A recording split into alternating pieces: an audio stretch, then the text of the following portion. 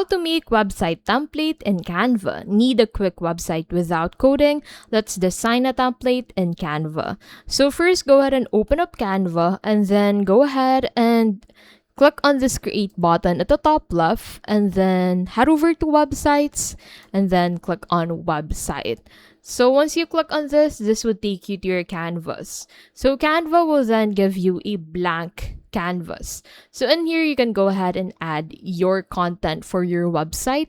So once you're done with the design, once you have added the elements you want, so for example, I'll use this specific design, for example, and then add it here. And then once you're done with your design for your website, go ahead and click on this publish website button to publish this from Canva.